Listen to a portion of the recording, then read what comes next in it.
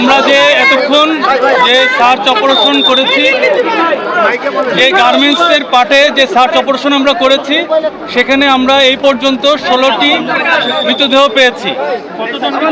16টি মৃতদেহ পেয়েছি। এটা আসলে চেহারা বোঝা যাচ্ছে না, কারণ আপনারা জেনে থাকবেন এইটা একটু কারণ আছে যে আমরা প্রাথমিক তদন্তে প্রাথমিকভাবে আমরা বলতে পারি যে এই যে চারতলা এই গার্মেন্টসটির উপরে যেই আমরা যে ছাদটা দেখেছি, সেই ছাদটা টোটালি টিন শেড এবং চাটায়ের একটা উপরে মানে টিন শেড ছাদ।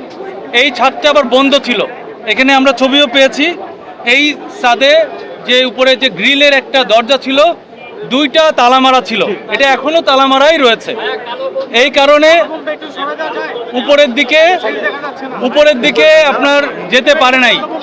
এবং নিচের দিকে আপনারা জেনে থাকবেন যে পরিমাণ কেমিক্যালের যে বিস্ফোরণটা হয়েছে প্রথম দিকে, সেটার ফ্লাশ ওভারে যেই আপনার টক্সিক যে গ্যাসটা, মানে সাদা যে ধোঁয়াটা টক্সিক, অত্যন্ত টক্সিক, এটা ইনহেল করার কারণে আকস্মিকভাবেই হয়তো এতজন, আমার মনে হয়, যেটা আমাদের মনে হয় যে এটা ওনারা সেন্সলেস হয়ে মৃত্যুবরণ করেছেন।